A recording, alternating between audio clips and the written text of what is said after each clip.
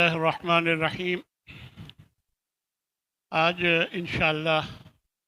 آپ لوگ 23ویں اور 24ویں پارے کی 4 صورتیں سن رہے ہیں، سورہ صافات، سورہ صاد، سورہ زمر اور سورۃ المومن۔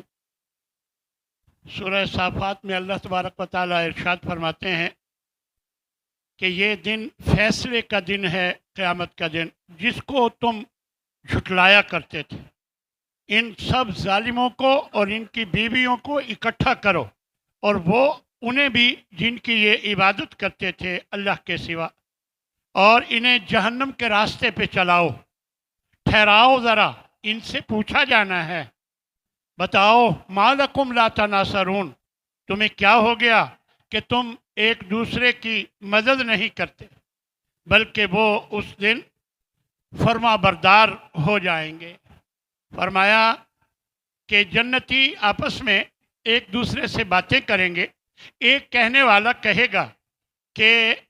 میرا ایک ساتھی ہوتا تھا، وہ مجھے کہا کرتا تھا یار تو بھی سچ مانتا ہے کہ ہم مر جائیں گے، وہ سیدھا ہڈیاں ہو جائیں گی، مٹی ہو جائیں گے، کیا ہم دوبارہ اٹھائے جائیں گے؟ چلو دیکھتے ہیں وہ ساتھی کہاں ہے۔ فطلع، پھر وہ کیا دیکھتا ہے؟ فرآہ فی سواء الجحیم، جہنم کے عین وسط میں وہ اسے دیکھے گا اور کہے گا تاللہ ان کدت لتردین، قریب تھا کہ تو مجھے بھی برباد کر دیتا، اگر اللہ کی نعمت مجھ پر نہ ہوتی تو آج میں بھی تیرے ساتھ جہنم میں ہوتا۔ اللہ تبارک و تعالیٰ نے ابراہیم علیہ السلام، موسیٰ، ہارون، لوط علیہ السلام اور پھر یونس علیہ السلام کا ذکر فرمایا کہ یونس علیہ السلام اپنی قوم سے ناراض ہو کر کشتی میں سوار ہوئے، جبکہ ان کی پوسٹنگ تھی نینوا، جو آج کل جس کا نام موصل کہا جاتا ہے، نینوا بستی میں ان کی پوسٹنگ تھی اللہ کی طرف سے، اور وہ بغیر اللہ کی اجازت کے ناراض ہو کر نکل گئے، کشتی میں بیٹھے۔ اللہ نے کشتی سے مچھلی کے پیٹ میں ڈال دیا، اور وہ وہاں پر اللہ کی تسبیح بیان کرتے ہیں، لا الہ الا انت سبحانک انی کنت من الظالمین۔ اللہ فرماتا ہے کہ اگر یہ تسبیحات نہ کرتے للبث فی بطنہ الی یوم یبعثون، قیامت تک اس کے پیٹ میں رہتے۔ پھر ہم نے اسے باہر چٹیل میدان میں نکال دیا، ہاں جی، اور پھر اس کے اوپر سایہ دار، ایک بیلدار سائے والی پودا اگا دیا، ہاں جی، کدو کا، تو تاکہ ان کو تکلیف نہ پہنچے۔ یہ اللہ تبارک و تعالیٰ نے یہ فرمایا کہ ہم نے باہر ڈال دیا، حالانکہ مچھلی نے باہر، اس کا مطلب اللہ کے حکم سے سب کچھ تھا۔ جی، اللہ تبارک و تعالیٰ ارشاد فرماتے ہیں، سورہ صاد ہے کہ ہمارے بندے ایوب کا ذکر کیجئے، جب اس نے اپنے رب کو پکارا کہ اے میرے رب، مجھے شیطان نے بہت رنج اور دکھ دیا ہے، اور اللہ نے فرمایا کہ ہم نے کہا اپنے پاؤں کو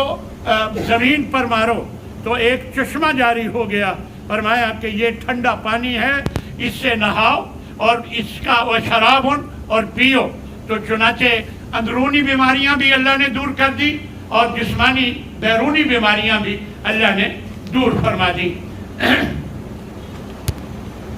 اللہ فرماتا ہے، سورہ زمر ہے، فرماتا ہے کہ یخلقکم فی بطون امہاتکم خلقا من بعد خلق، اللہ تبارک و تعالیٰ تمہیں ماؤں کے پیٹوں میں پیدا کرتا ہے ایک حالت سے دوسری حالت کی طرف، فی ظلمات ثلاث، 3 اندھیروں میں، ایک پیٹ کا، ایک رحم کا، ایک جھلی یا پردے کا اندھیرا، 3 اندھیروں میں تم رہتے ہو۔ یہ ہے اللہ جو تمہارا رب ہے، اسی کی بادشاہت ہے، اور اس کے سوا کوئی معبود نہیں، تم کہاں پھیرے جاتے ہو؟ اللہ فرماتا ہے کہ اللہ ایک مثال بیان کرتا ہے کہ ایک آدمی ہے، اس کے مالک کئی مشترکہ ہیں، یعنی کئی مالک ہیں، اور سب مالک ضدی مزاج کے ہیں، اور دوسرا آدمی ہے، اس کا ایک ہی مالک ہے، بھلا یہ دونوں برابر ہو سکتے ہیں؟ یہ اللہ شرک کرنے والوں کے بارے میں مثال دے رہا ہے۔ فرمایا کہ اگر تم ان سے پوچھو کہ آسمانوں کو زمین کو کس نے پیدا کیا تو یہ کہیں گے اللہ نے، تو پھر ان سے کہو پھر تم جن کو تم اللہ کے سوا پکارتے ہو مجھے بتاؤ، اگر میرے ساتھ اللہ کوئی برائی کا اپنا کوئی تکلیف کا ارادہ فرمائے، کیا یہ تمہارے معبود وہ میری تکلیف دور کر سکتے ہیں؟ یا اللہ میرے ساتھ مہربانی کا ارادہ فرمائے، کیا یہ تیرے معبود تمہارے معبود اسے روک سکتے ہیں؟ قل حسبی اللہ، کہو کہ اللہ ہی مجھے کافی ہے، اور بھروسہ کرنے والوں کو اسی پر بھروسہ کرنا چاہیے۔ اے نبی ان کو بتا دو کہ اے میرے بندو، اللہ فرما رہا ہے اے میرے بندو، وہ بندو جنہوں نے اپنے آپ پر زیادتی کر لی ہے، گناہ کر لیے ہیں، لا تقنطوا من رحمت اللہ، اللہ کی رحمت سے مایوس نہ ہو وہ، ان اللہ یغفر الذنوب جميعا، اللہ سارے گناہوں کو معاف فرما دیتا ہے، بے شک وہ بہت معاف کرنے والا اور بڑا مہربان ہے۔ اور ہم اے نبی آپ کی طرف بھی وحی کی گئی ہے، اور آپ سے پہلے جتنے انبیاء ہیں ان سب کی طرف یہ وحی کی گئی کہ لئن اشرکت لیحبطن عملک، اگر تو نے بھی شرک کیا تو تیرا عمل بھی ضائع ہو جائے گا اور تو خسارہ پانے والوں میں سے ہو جائے گا۔ اور جب سور میں پھونکا جائے گا، زمین آسمان میں جو کوئی بھی ہے سب بے ہوش ہو کر مر جائیں گے، اور مگر جن کو اللہ چاہے گا، پھر دوبارہ سور پھونکا جائے گا۔ یعنی حدیثوں میں آتا ہے، بعض روایات میں ہے کہ 40 سال بعد دوسرا سور پھونکا جائے گا تو سب اٹھ کھڑے ہوں گے اور میدان محشر کی طرف چل پڑیں گے، اور اللہ فرماتا ہے پھر کافر لوگ جہنم کی طرف انہیں ہانک کر لے جایا جائے گا، اور جب جہنم کے دروازے پر پہنچیں گے تو دربان کہیں گے تمہارے پاس رسول نہیں آئے تھے جو تمہیں تمہارے رب کی آیتیں پڑھ پڑھ کے سناتے تھے، تمہیں ڈرایا کرتے تھے؟ آج اس دن سے وہ کہیں گے ہاں آئے تو تھے، لیکن اللہ کا کلمہ کافروں پر ثابت ہو گیا، یعنی اللہ کی بات کافروں پر ثابت ہو گئی۔ اسی طرح جو نیک لوگ، متقی پرہیزگار لوگ ہوں گے انہیں بھی جنت کی طرف لے جایا جائے گا۔ جب جنت کے دروازے پر یہ پہنچیں گے، دروازے کھولے جائیں گے اور کہیں گے دربان سلام علیکم، تم پر سلامتی ہو، تم بہت اچھے رہے، فادخلوہا خالدین، داخل ہو جاؤ، اب ہمیشہ ہمیشہ تم نے یہاں رہنا ہے۔ آگے سورہ مومن ہے، اللہ تبارک و تعالی نے ارشاد فرمایا کہ